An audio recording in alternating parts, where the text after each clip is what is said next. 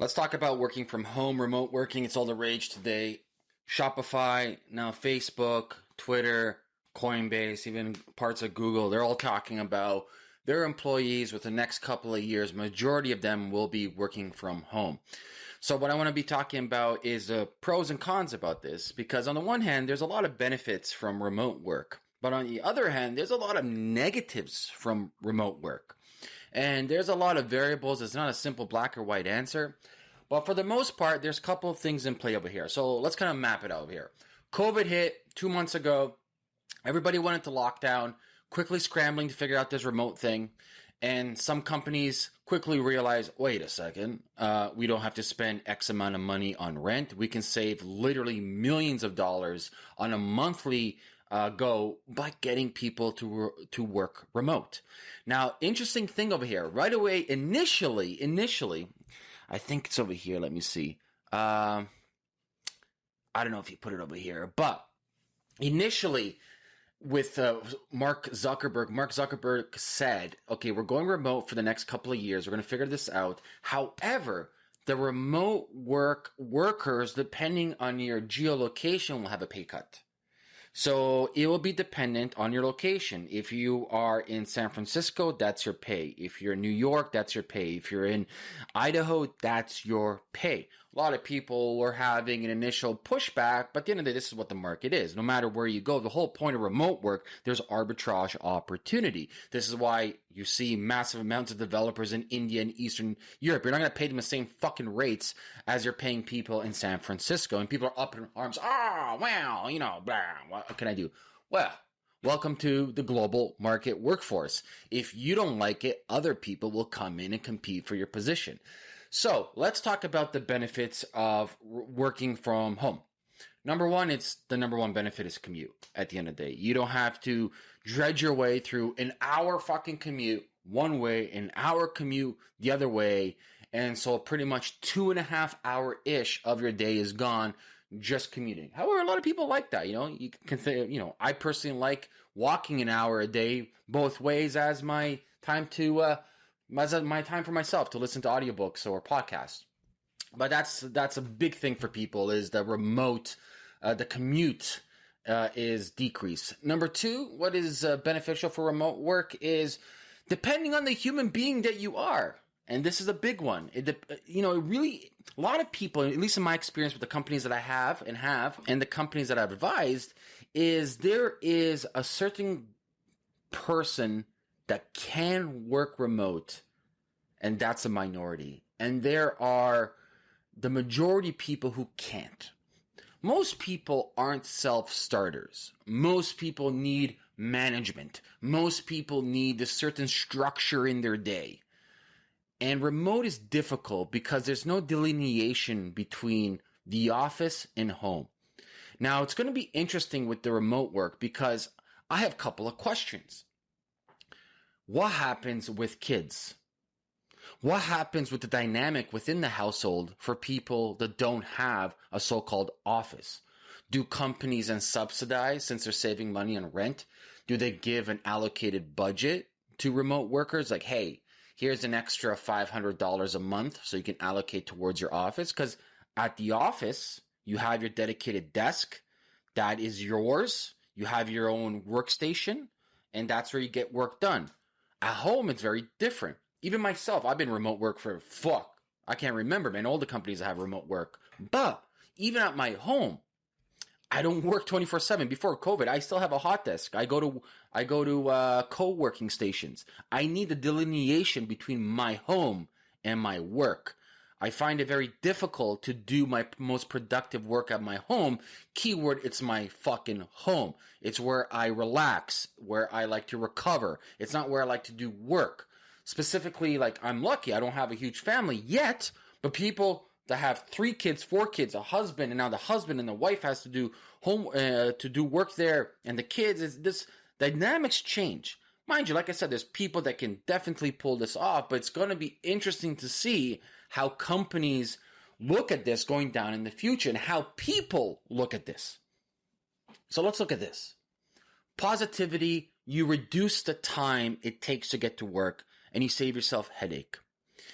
You save yourself time. So let's say if you traditionally woke up at 6, left the house by 7, got to work by 8, and then maybe started working by 8:30. Now you can wake up at 6 and do whatever you want for 2 hours. More time with the kids, depending if they're in school or not. More time with the husband or wife, whatever, partner, doesn't matter. And then you start your work at 8. Then you maybe pause a little bit throughout the day, take a siesta, and then get back to work later on in the evening. I think the remote work will be an interesting shift for people to realize the traditional 9 to 5. The whole point of an office is you create structures really good for onboarding. Remote work will never, ever, ever, and I see a massive problem here, remote work will never, ever, ever substitute proper onboarding of junior talent. I don't give a fuck what technologies you make on Zoom or whatever. It's almost impossible to substitute osmosis learning from hiring junior talent. And I think there's going to be a lot of hindrance on people who are looking to enter the workforce, because co-coding or code development is learned through osmosis. It's not a structured curriculum that junior talent has. They join the company and work side by side within an ecosystem, within a project, and they learn by visualization. They learn by osmosis. They actually see the work done in real time, and they can ask questions through their peers. You're not going to fucking do this on Zoom at all. And another issue, though, is the socialization aspect of it. Is we human beings are social creatures.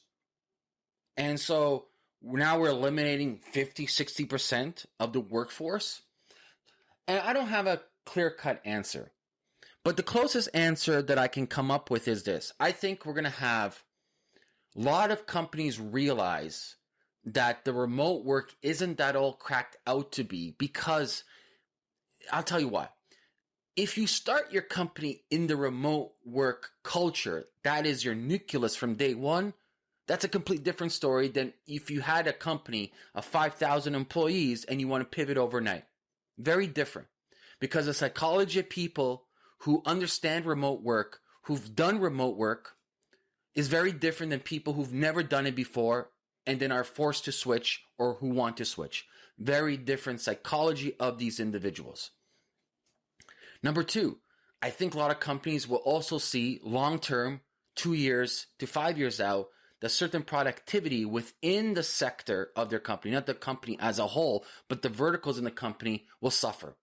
Lack of cohesion, lack of onboarding new talent, and the fact a lot of people psychologically aren't geared towards remote work because there's too many variables. One, personal variable, they just need bosses, they need structure. Number two, family variable is like maybe they're, like think about it, like you live in an 800 square foot condo and with your partner and maybe one child, and you're going to be working there 24/7. I'm going to lose my fucking shit for that. I'll go fucking bananas.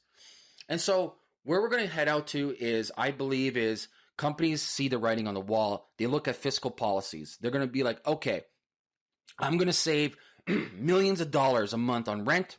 I can allocate that money for R&D, allocate maybe for the shareholders.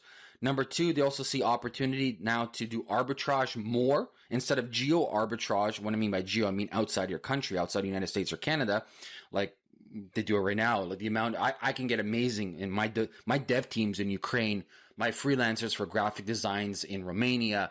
I have amazing freelance writers in Taiwan. Like majority of my company, let's say, support is outside of Canada. Majority, 95% of it. Great talent, great arbitrage opportunity. Okay, now companies are saying, wait, I can get arbitrage nationally, not even internationally, where, hey, you want to do remote work? No problem. Depending on where you live, like I said earlier, like whether it's like New York, let's say Miami, or like, I don't know, like some small town, like Jacksonville, Florida, or like Boise, right?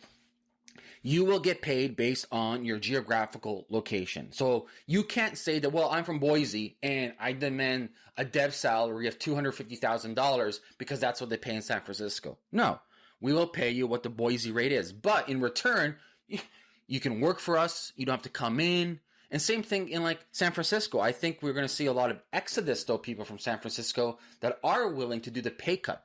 Because what's the point of getting paid $250,000 in San Francisco when it's $5,000 for a bachelor pad piece of shit? It's like, like 70% of your fucking paycheck minimum goes towards your rent or mortgage. And so a lot of people's like, peace out, San Fran. I'll go to LA or I'll go to somewhere else, anywhere but San Francisco or the Valley. And so it's going to be interesting in that aspect. I think a lot of people will opt out, like, okay, I will take a small pay cut. I don't have to go through that shit. But the people that don't opt out, that choose to be inside the office, because offices aren't disappearing, they're still going to have it. I think the people that choose to be inside the offices and work Monday to Friday at the office, they will be promoted and they will have much more leverage over the people who choose remote. And it's not rocket science. It's very simple. You have so many different biases at play. You have the bias of willingness, so persons who's willing to travel in as opposed to stay remote. So you have the bias of recency. So this is an individual now that is seeing other human beings, his peers, on a day-to-day basis. And the final recency, the final bias is you have the bias of preference bias, where there is a preference with the recency bias, because if you build relationships with the people that you see on a day-to-day basis. I don't care how good you are in remote work. I don't care if you're the best developer. If you're not face-to-face and if you're not in the office, it's very, very hard to be politicking. It's very, very hard to get your promotion because there's no real connection. You're just some fucking face on the screen as opposed to me knowing you as a human being. And so I think it really does depend on the age of you, where you are in your life, within your career. It depends on your financial burdens that you have or the overhead you have. But at least with this, it gives people option. I think before it was no option. I actually think in the long run, this is a benefit as opposed to a negative. But you have to realize there are consequences for every decision that you make. And if you decide to do remote work and you live in Jacksonville or Boise, get ready to get a pay cut, okay? And get ready not to be promoted to your liking because you're not in the fucking office every day with your peers. And I'll leave it at that, guys. If you have any comment and questions, leave a comment question below, and I'll talk to you guys soon. Peace out.